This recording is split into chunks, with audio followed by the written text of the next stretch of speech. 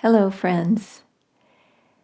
I've been talking about the yamas and niyamas, and the new quote, yamas and niyamas, which are actually predating Patanjali's Eightfold Path, in which he laid out five of each, five of the things that we want to eliminate from our lives, which eliminates pain and bad karma, the accruing of bad karma, and the five things that we want to put energy into so that we can be happy and grow and evolve spiritually.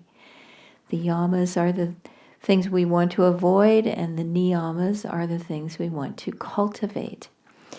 Well, when Patanjali made five of each of these, the ancient scriptures that he was drawing from actually listed 10 each, which Dharmadas recently uncovered in his research. And today I'm talking about the very last one of the niyamas, which is a subset of the 10th one. The ancient scriptures had five more of each of these yamas and niyamas. So I'm talking about Vrata, which is fulfilling religious vows, observances faithfully. To keep the vows that we have made from our hearts very faithfully, not skirting them in any way. And I was thinking about this, and probably the reason that Patanjali did not include this one is that it's very similar to non-lying, the yama of non-lying, of being truthful. And there's a boon, a blessing, a grace attached to each of these yamas and niyamas. And the boon that is attached to non-lying is that when you practice being truthful and never allowing a lie or a fabrication or an embellishment to come out of your mouth, your words manifest. And so there is a great spiritual power in always being truthful. And sometimes this takes a little bit of effort because you don't want to be hurtful to people either. So you want to speak the beneficial truth. So in applying this to observing religious vows and observances very faithfully in Vrata, which, as I say, is a subset of Huta, which means practicing religious rituals and ceremonies. Vrata is something that helps us to develop our willpower and our self-control. This is a wonderful step in gaining that spiritual power that we need in order to be self-realized.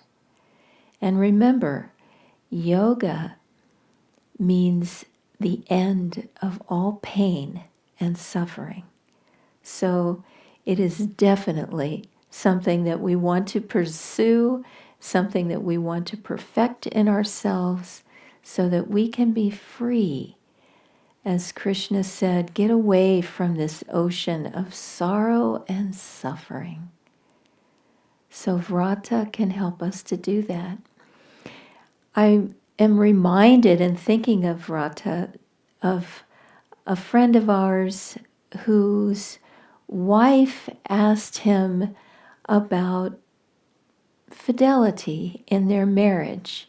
And she was, they were just having a discussion about, what if you're ever attracted to someone else? Or these vows are very solemn and very powerful. And my friend's husband had a very beautiful way of expressing his faithfulness. And he said, I have locked my will. And that is a very, very helpful and powerful statement. And when we make vows, it's important that we understand that locking of the will, that we have decided, we have committed, we have made our mark on the universe, on our own consciousness, and we will be faithful. And we can never presume, can never be flamboyant. I remember sometimes I've seen people meditating sort of with this Olympic Games kind of consciousness, this sort of I can do it and I'm the best, and all that sort of spiritual pride around meditating. And we can't allow ourselves to indulge in that either. We don't get to have any pride and ego. There's part of that energy that our souls find so distasteful.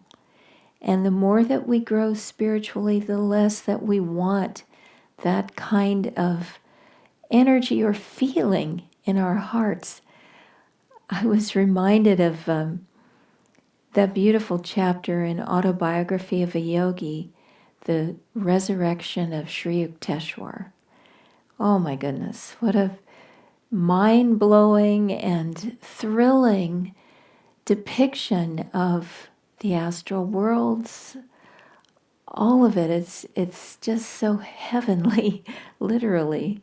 And in Sri Yukteswar's description of Hiranyaloka, a very high spiritual plane where he was incarnated after his earthly life to help the beings there, one of the things he said about the souls on Hiranyaloka is that they feel acute pain even if they have a negative thought or an out of tune with God kind of thought.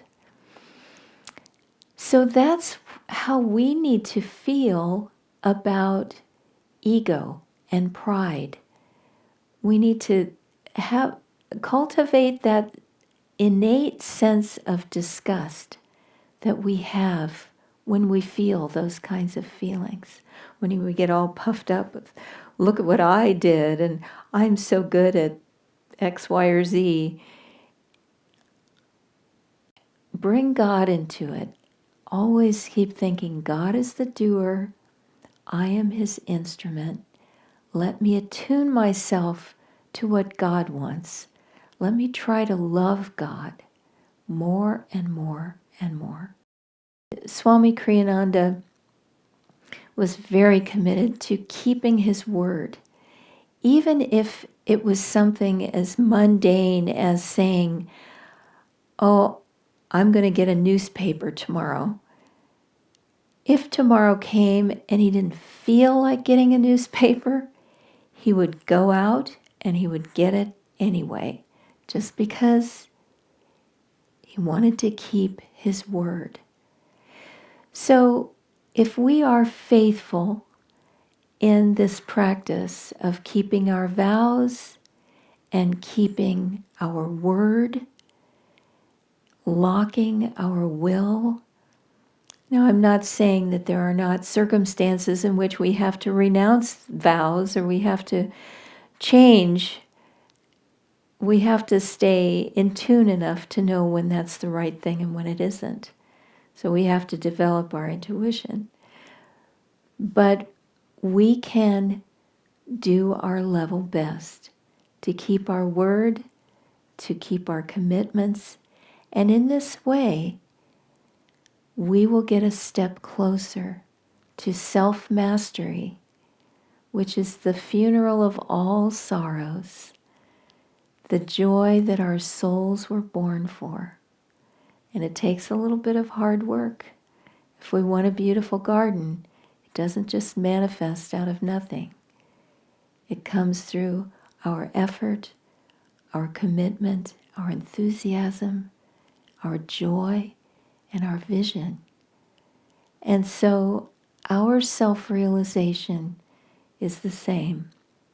If we want to be free, free from the anguishing monotony of this world, then let's put our energy into this niyama of Vrata and also the yama of non-lying. Let's keep our word and stay steadfast to the truth. God bless you.